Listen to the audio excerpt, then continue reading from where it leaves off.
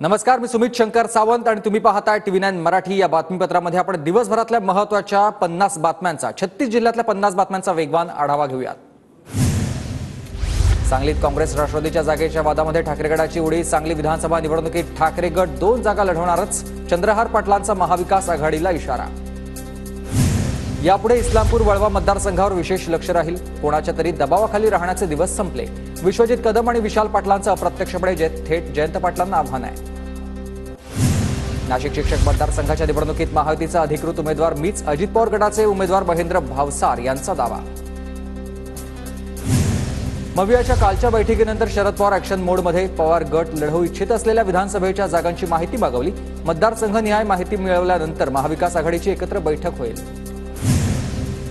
कोकण पदवीधर मतदारसंघाचे महायुतीचे उमेदवार निरंजन डावखरे यांच्या प्रचारासाठी बैठक। भाजप कार्यकर्त्यांसह पदाधिकाऱ्यांची मोठ्या संख्येने उपस्थिती। माजी मंत्री जयदत्त क्षीरसागर यांचा आज बीडमध्ये कार्यकर्ता मेळावा। मेळाव्यामध्ये 5000 कार्यकर्त्यांसाठी करण्यात आली आहे जेवणाची व्यवस्था। जयदत्त क्षीरसागरांच्या मेळाव्याला संपूर्ण क्षीरसागर कुटुंब एकत्र। संदीप क्षीरसागर यांच्या विरोधात क्षीरसागर कुटुंबाचा एल्गार। 5 वर्षांपूर्वी दुरावलेलं क्षीरसागर कुटुंब पहिल्यांदाच एकत्र आलंय। कोल्हापूरमध्ये लोकसभा निवडणुकीमधील पराभवानंतर स्वाभिमानी शेतकरी संघटना पुन्हा सक्रिय। स्वाभिमानीची 22 आणि 23 जूनला बारामतीमध्ये राज्य कार्यकारिणीची बैठक। छत्रपती संभाजीनगरमध्ये पार पडली पाणी परिषद। जिल्ह्यामधील आजी माजी आमदार, खासदार आणि मंत्र्यांची परिषदेला उपस्थिती। चिंचवड विधानसभेच्या उमेदवारीसाठी भाजपमध्ये रस्सीखेच सुरू। अश्विनी जगताप, शंकर जगतापांनंतर चंद्रकांत नखाते देखील इच्छुक। उमेदवारी देण्यासंदर्भात आधीच शब्द देण्यात आलाय। मी दिवंगत नेते लक्ष्मण जगतापांचा समर्थक। चिंचवडच्या विकासात माझाही हातभार। चंद्रकांत नखातेंची प्रतिक्रिया।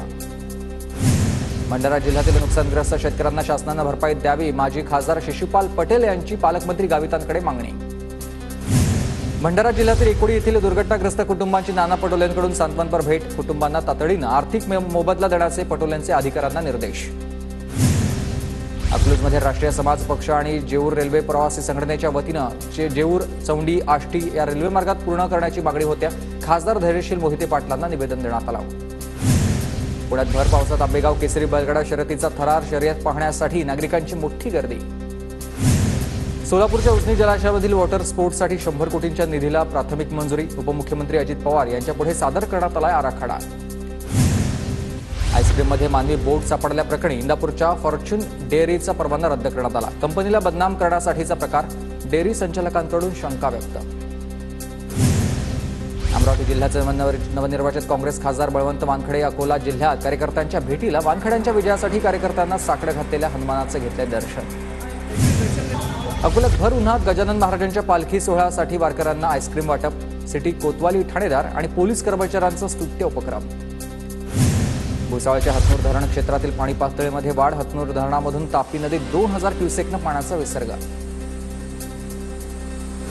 मराठवाड्यात दुष्काळी परिस्थिती। मराठवाड्यामधील धरणांमध्ये केवळ 8%, तर नागपूर विभागामध्ये 37% पाणी।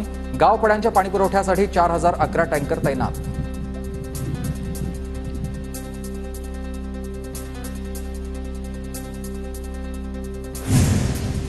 अहमदनगरमध्ये पाणीपुरवठा करणारा टँकर संख्या कमी। पावसाच्या आगमनामुळे पाण्याची समस्या मिटणार आहे। जिल्ह्यामध्ये सध्या 250 टँकरना पाणीपुरवठा सुरू। बुलढाण्याच्या गंधारीमध्ये पाटबंधारे विभागाचा कामकाज चव्हाट्यावर। तलावाच्या कॅनलचं गेट न लावल्यानं लाखो लिटर पाणी वाया। शेतात पाणी गेल्यानं शेतीचंही नुकसान।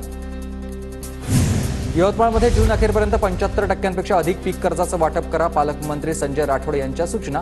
बोगस बियाणे आढळल्यास संबंधितांवर कारवाई होणार।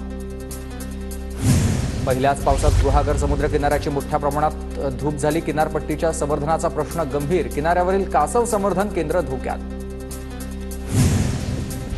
मुक्ताईनगर रावेर परिसरात शेती मशागतीला वेग आलाय। खरीप हंगामाची तयारी अंतिम टप्प्यात। हिंगोलीच्या औंढा नागनाथ तालुक्यामध्ये खरीपाच्या पेरणीला वेग। सोयाबीन, मूग, उडीदसह कपाशी लागवडीसाठी शेतकऱ्यांची लगबग। हिंगोली जिल्ह्यात जादा दरानं बियाणे खतांची विक्री। कृषी केंद्र चालकांकडून शेतकऱ्यांची पिळवणूक। प्रशासनाकडे दखल घेण्याची मागणी। नांदेड जिल्ह्यात पोषक वातावरणामुळे भाजीपाल्याचं आता मोठ्या प्रमाणात नुकसान झालेलं होतं। मात्र आता पीक जोमानं आहे आणि शेतकऱ्यांना यंदा जास्त उत्पादन मिळण्याची अपेक्षा आहे। वाशिमच्या उंबरडा बाजार परिसरामध्ये झालेल्या पावसामुळे कापूस लागवडीला सुरुवात झाली. यंदा कापूस लागवडीच्या क्षेत्रात वाढ होण्याची शक्यता आहे.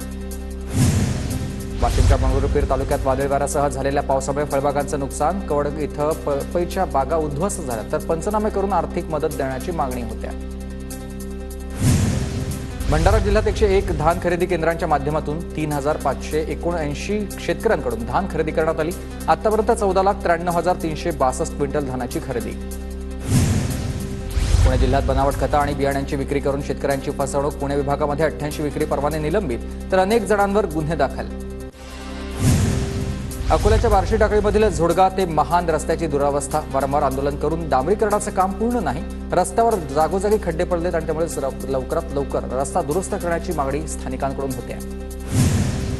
रत्नागिरीमध्ये राजापूरच्या मोर्शी गावामध्ये रस्त्याची दुरावस्था. 4 महिन्यांपासून रस्त्याचं काम रखडलेलं. पावसामुळे रस्ता खचल्यानं नागरिकांना नाहक त्रास.